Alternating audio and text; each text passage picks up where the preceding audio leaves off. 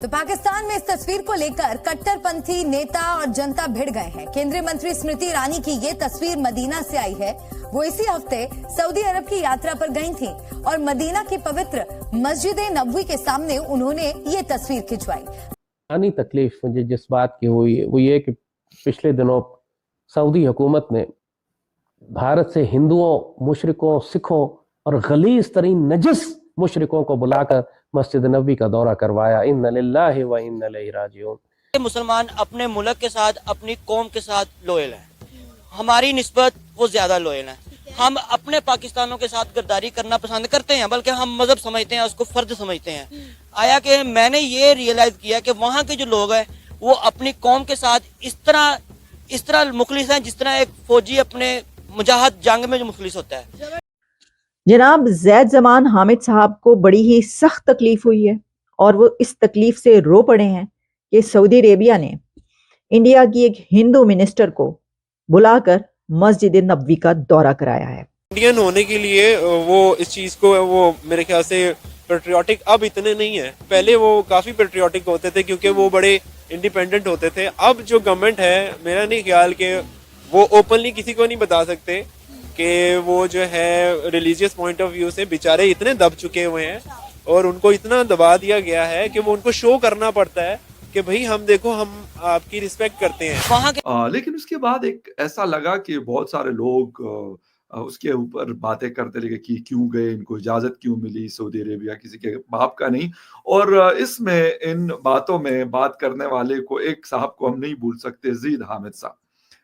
नमस्कार, जय हिंद, वंदे मातरम। दोस्तों, मैं हूं सचिन चौधरी और आप देख रहे हैं हिंदुस्तान टॉक्स। तो दोस्तों, भारत की अल्पसंख्यक कल्याण मंत्री स्मृति ईरानी इस वक्त मक्का मदीना के दौरे पर हैं और वहां पर मक्का मदीना, जिसको कि ये कहा जाता है कि मुस्लिमों की सबसे पाक, सबसे बड़ा धार्मिक स्थल है, और कहा यह भी जाता है कि वहां पर किसी भी गैर धर्म के व्यक्ति का आना प्रतिबंधित है, यानी कि किसी भी गैर धर्म के व्यक्ति को वहां पर अलाउ नहीं किया जाता है। लेकिन जब स्मृति ईरानी मक्का मदीना के एक ऑफिशियल विजिट पर वहां पहुंची तो वहां के जो लीडर्स हैं, वहां के जो शेख हैं, वहां के जो नेता हैं, उन्होंने बाकायदा मक्का मदीना के अंदर स्मृति ईरानी को प्रवेश दिलाया।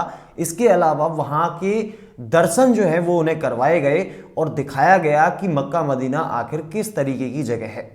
लेकिन पाकिस्तान के लोग जो है वो अब इस चीज को लेकर काफी बुरी तरीके से फूट कर रो रहे हैं। वो लोग ये कह रहे हैं कि आखिर किस बिहाफ पर, किस वजह से स्मृति ईरानी, जो कि एक गैर मुस्लिम धर्म से आती हैं, उनको मक्का मदीना में प्रवेश दिया गया। अब आप लोग भी देखिए कि पाकिस्तान के लोगों का इस पूरे के पूरे सिनारियो के ऊपर क्या कहना है। बाकी मैं मिलता हूं आप लोगों से वीडियो के लास्ट में। बात की हुई वो ये कि पिछले दिनों सऊदी हुकूमत ने भारत से हिंदुओं, मुशरिकों, सिखों और गलीज तरीन नजस मुशरिकों को बुलाकर मस्जिद नबवी का दौरा करवाया। इन्ना लिल्लाहि व इन्ना इलैहि राजिऊन। मस्जिद नबवी शरीफ सिर्फ सऊदियों के बाप की तो नहीं है,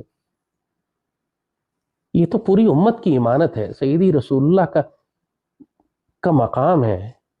पूरी मुसलमान दुनिया खामोश क्यों है इसके ऊपर? किसी ने सऊदियों को चैलेंज क्यों नहीं किया?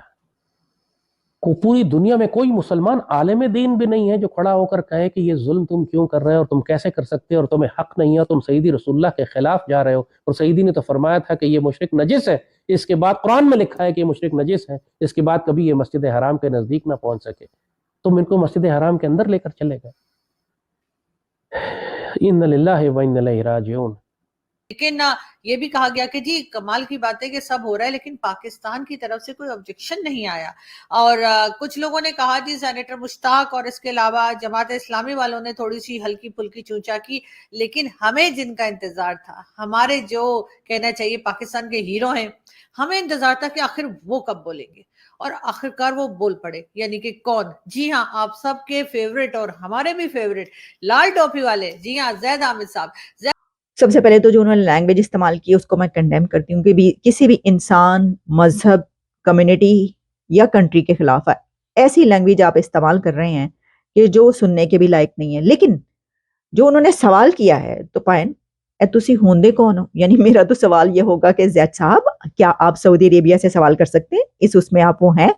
और फिर ये कि उनका ये कहना कि सऊदी अरेबिया ये इन मुकद्दस मकामात का बाप तो नहीं है, मस्जिद नबवी का बाप तो नहीं है वो। तो पायन ये सिर्फ इन जगहों का ही बाप नहीं, सऊदी अरेबिया ते ताड़ा भी बाप है। ये कि मेरा हमारी स्टेट की कोई एग्जिस्टेंस नहीं है बुनियादी तौर पे सिवाय एक मजहबी वो two nation theory. Okay, Saudi Arabia तो टू नेशन थ्योरी की बुनियाद पे तो नहीं ना बना। जी बिल्कुल। और इनसे पूछो कि चीन के साथ तुम्हारा कैसा रिश्ता बनता है पाकिस्तान का, उनकी तो ऑफिशियल आइडियोलॉजी एथिस्ट है। हाँ जी, वो तो खुदा को मानते ही नहीं है ना, चीनी जो है जी बिल्कुल। उनकी तो ये आइडियोलॉजी है। तो उनके साथ अपना जैद हामिद और ये बाकी जो हैं उनको कोई इतराज नहीं है।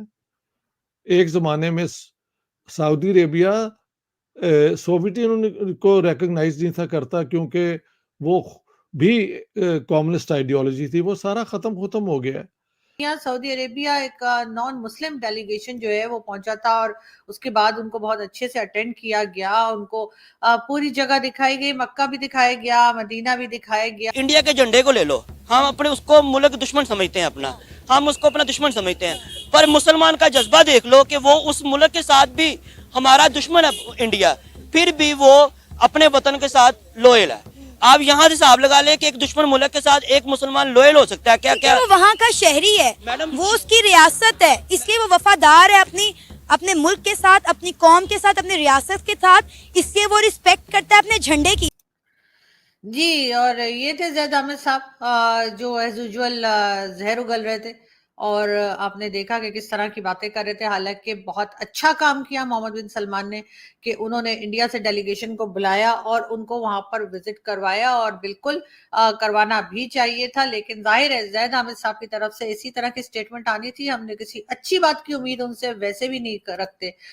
बेसिकली आप देखा जाए जो हमारा पाकिस्तान एक आज़ाद हुआ था, कायदे आज़म ने जब आज़ाद किया था तो वो एक दो कौमी नज़रिए की बुनियाद पे आज़ाद हुआ था, ठीक है ना।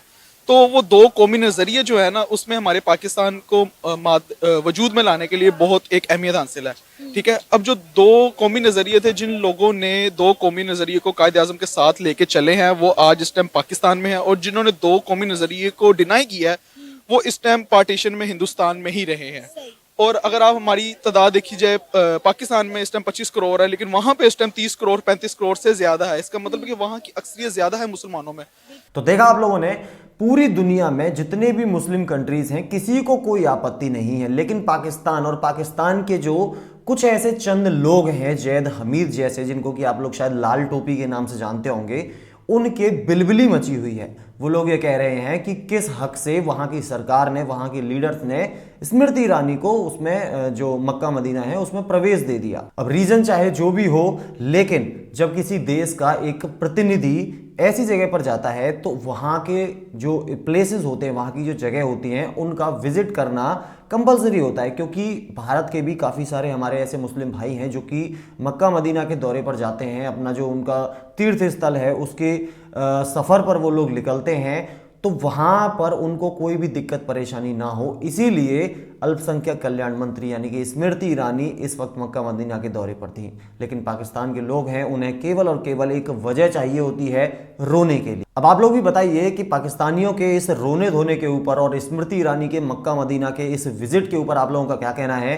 बाकी मैं मिलता हूँ आप लोगों से नेक्स्ट वीडियो में और भी इंटरेस्टिंग अपडेट के साथ। तब तक के लिए take care and have a good time.